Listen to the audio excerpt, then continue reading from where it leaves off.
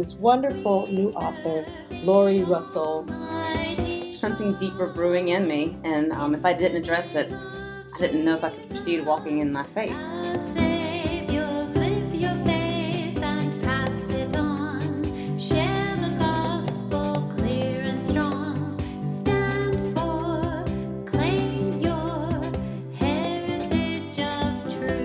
Well, welcome to Heritage of Truth. I am Sharon Norris Elliott, your guest hostess for this wonderful interview with this wonderful new author, Lori Russell. So glad to meet you, Lori. Nice to meet you too, Sharon. And as I just said, this is Lori's first, which will be in a long series of books.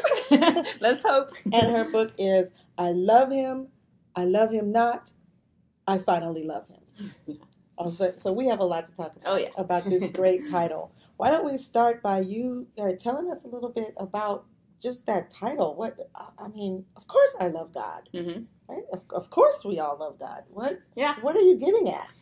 That's basically it. I assumed that I did love God. And I was a missionary. I was in Chile at the time, and I was preparing for a Bible study. And as I was doing the study, the author kept talking about how much she loved the Lord. I just love the Lord. and what she said was beautiful, but it was really grating on my soul, and I did not understand why. And then as I had trouble, proceeding with the study, and I started wondering, why is this bothering me? I mean, everything she said was great. It was wonderful. And then I started asking myself, do I love God? How do you love God? And and there's so many things that have been happening in the world lately. It's like, how can I love a God who allows so many natural disasters to happen? So then I pushed the thought aside because it wasn't very comfortable. And then I went to the study that afternoon. And then when we got to that same point in the study, I asked my heartbeat started racing. And I started getting winded. And I was just sitting there. And I'm like, am I supposed to share this? And I shared it. And I got a bunch of blank stares and people kind of looking around, not wanting to make eye contact with me. And they were wonderful friends of mine. So it was uncomfortable for them as well. They didn't know what to do with me, And then one of the older women in the class says, "Of course you do. You have a new baby. You're in a foreign country. You're just in a hard time in life." And everything she said was true. But to me, it felt like that was a Band-Aid. That there's something deeper brewing in me, and if I didn't address it, I didn't know if I could proceed walking in my faith. So how did you address that feeling? That had to have been completely. Just turn your spiritual world upside down. Well, it was scary. It was scary to think that, was I walking away from my faith? Was I losing my faith? I shared it later that afternoon with my husband. It came out, and he was like, why would you say that? Why would you tell that to everyone? And I'm sure part of him was fearful that we would lose our jobs because we're missionaries, and missionaries are supposed to love God. Missionaries who don't love God. That's not good for business. That's not good for business. So anyway, so then he goes, let's pray about it. I'm like, I don't want to pray anymore. When I pray, my mind wanders. When I read the Bible, I can't focus. And I was tired of feeling obligated talking about God. And he goes, well, I'll pray. And if you feel like praying afterwards. So I did. And eventually I said, God, I love you. I don't love you, but I want to love you, but I don't know how. How can I love an invisible God and really know that I love him? And then from there on, it's like God began revealing hindrances that were blocking me or preventing me from really experiencing that love for him and receiving his love. So I know I was going to get at those hindrances. Mm-hmm. And when I was reading about your book, that you talked about hindrances to loving God, I thought that maybe searching those hindrances out could be a little dangerous and a little scary because I'm not sure what I might find. Exactly. Could you address that idea of, oh my goodness, are there hindrances in my life keeping me from loving God? What am I supposed to do with that? How exactly do you have your audience searching for those hindrances? Well, at first I was scared to ask. For one, like you said, I was afraid of what I might find. Like would I start seeing that God was not a God that I really wanted to follow or teach others or to love. But then also there was a part of me like, is it being disrespectful? Is it okay to ask God these things? Am I not being reverent enough? And so I started researching that first. And I came straight to John the Baptist when he was in jail on trial. And he sent his disciples to Jesus and said, are you the one that we're waiting for? Is there another that we should look for? So they asked some questions. Right, they did. And they didn't get struck down by lightning. And they didn't. And the thing with John, he didn't just send, like, write on a piece of parchment and send it through a messenger. He sent his own disciples. So he was involving the lives of other people, too. And Jesus, he performed miracles. He told the disciples, go back and tell John what you saw. Like, he knew John was scared and that John was searching, and he gave John what he needed to endure. He wasn't going to be saved. Jesus knew that this was part of the plan, but he gave John what he needed to endure that tragedy that he was about to face. But then Jesus turned to the crowd and he goes, no greater man has ever been born of woman than John the Baptist. So he praised John, and then it's almost like, because he knew John's heart. John wasn't trying to disprove him like the Pharisees.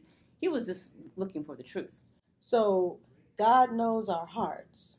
Exactly. So it's okay to ask God questions? I believe so. Wow. I mean, look at Jesus did on the cross. Like, God, why have you forsaken me? Even Jesus asked his Father questions. And please take this cup from me. I don't like this. Take it. So you had come to a place where you were in a place where, God, I don't like what I'm feeling and what I'm thinking. So your book leads your readers through those kinds of places. Right. The book is basically stories of God revealing each hindrance. Each chapter is a different hindrance. And this is sharing my story. And it's not prescriptive. It's just descriptive. It's like, this is what happened to me. Right. But the point is to encourage the reader to, like, if there is something, go straight to God about it, And or God may lead you to other people or to other books or music or stuff. But that's between you and God. He knows what you need. Can you share with us an example of one of those hindrances? Sure. One of them was that the first hindrance I had to deal with is like, God, if I am going to endure this journey with you, I need to know you love me. Can you love me personally? Because, like, there's so many of us, and there's so many people out there who are better than me. Because, I mean, I knew who I was on the inside. I knew what I thought. I knew what I was doing. And so I'm like, I know I'm a hard one to love. And then shortly after this all began, and my son was 3 months old. We were living overseas. And my mom has this great fear of flying. And long story short, I really was craving to see my mom. This is a rite of passage. I was a new mother, and I wanted my mom. Right. And then, but we didn't have the money. And then our agency probably wouldn't have allowed me to go. And there's all these, things that are preventing it from happening. So then one day I'm in the shower. I'm like, oh, God, I really want to see my mom. Please, may I see her? And I heard this voice say, go see her. And then first I'm like, okay, this is hormones, It's like, and then I'm like, oh, and then I'm like, no, this is different. This is an authoritative voice. This is not my desires.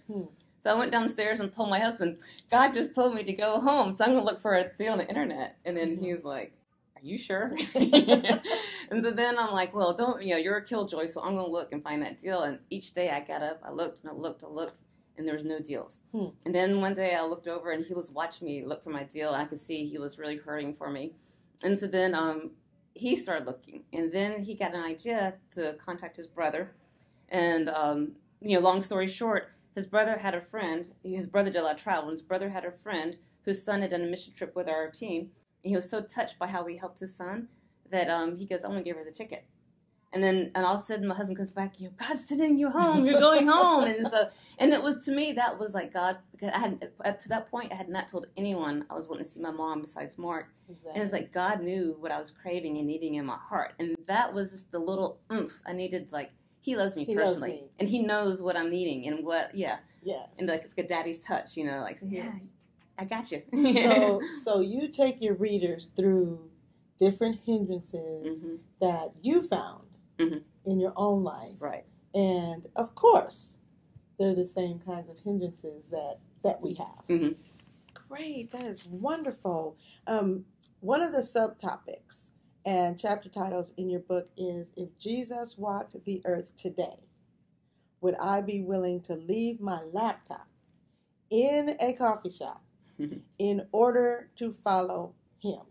Now, that particular question kind of hit me. I'm not willing to leave my laptop anywhere for anything. Yeah. But then, would I be willing to leave it for Jesus? Where are you hitting us with a question like that? Well, basically, the first one of the things was I felt the God of the Old Testament was a bully. And then God, the Holy Spirit was foreign to me because the church I grew up in.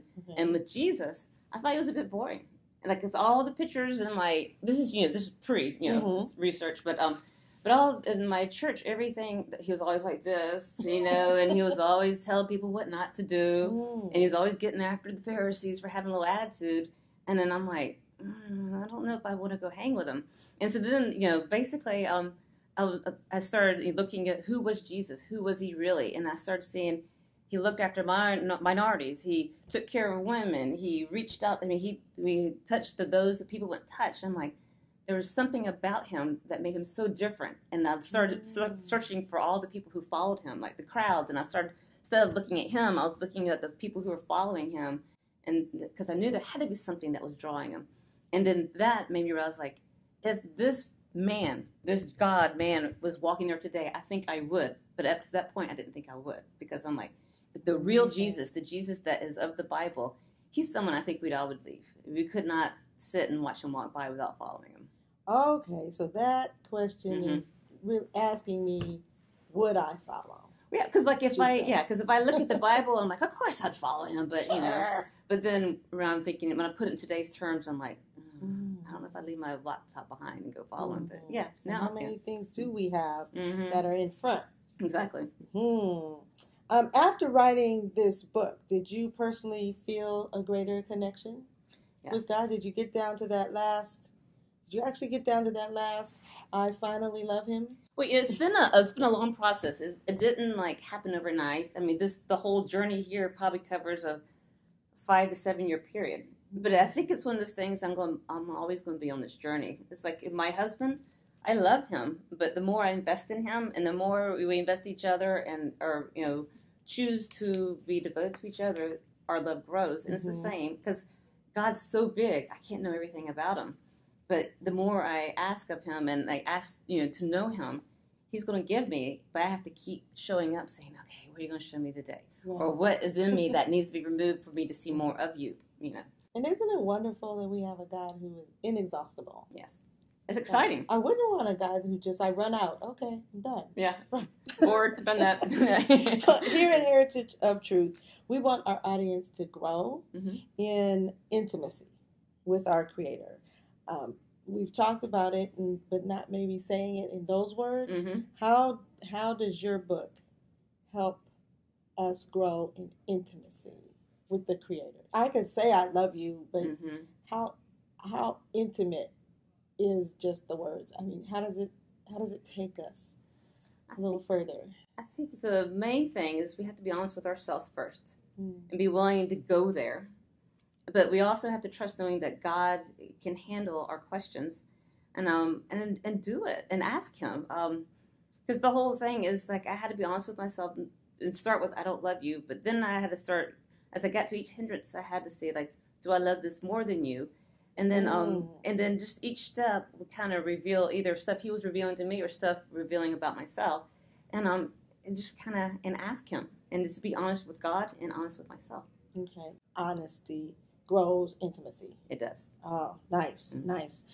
By reading your book, how will your readers be better prepared to pass on the heritage of truth that we have with our God to future generations? Well, the goal of sharing the book is very transparent. I can't believe she's saying that, but I think the goal is that through my story, because what my hindrances are may not be the same hindrances of another person, but the goal is to encourage people to ask those questions and seek out God. What is it that is preventing me from loving you? And also just hope through my stories, I think a lot of people relate. Every time I speak and share, I always have people come up and say, I'm right there, and this is so helped me. This is encouraging, knowing that God will show up and God does care, and God, I think hearing a story, people can connect and then realize I'm there, I can do that, or encourage them to do it themselves. Right, so you would go to a church and speak about these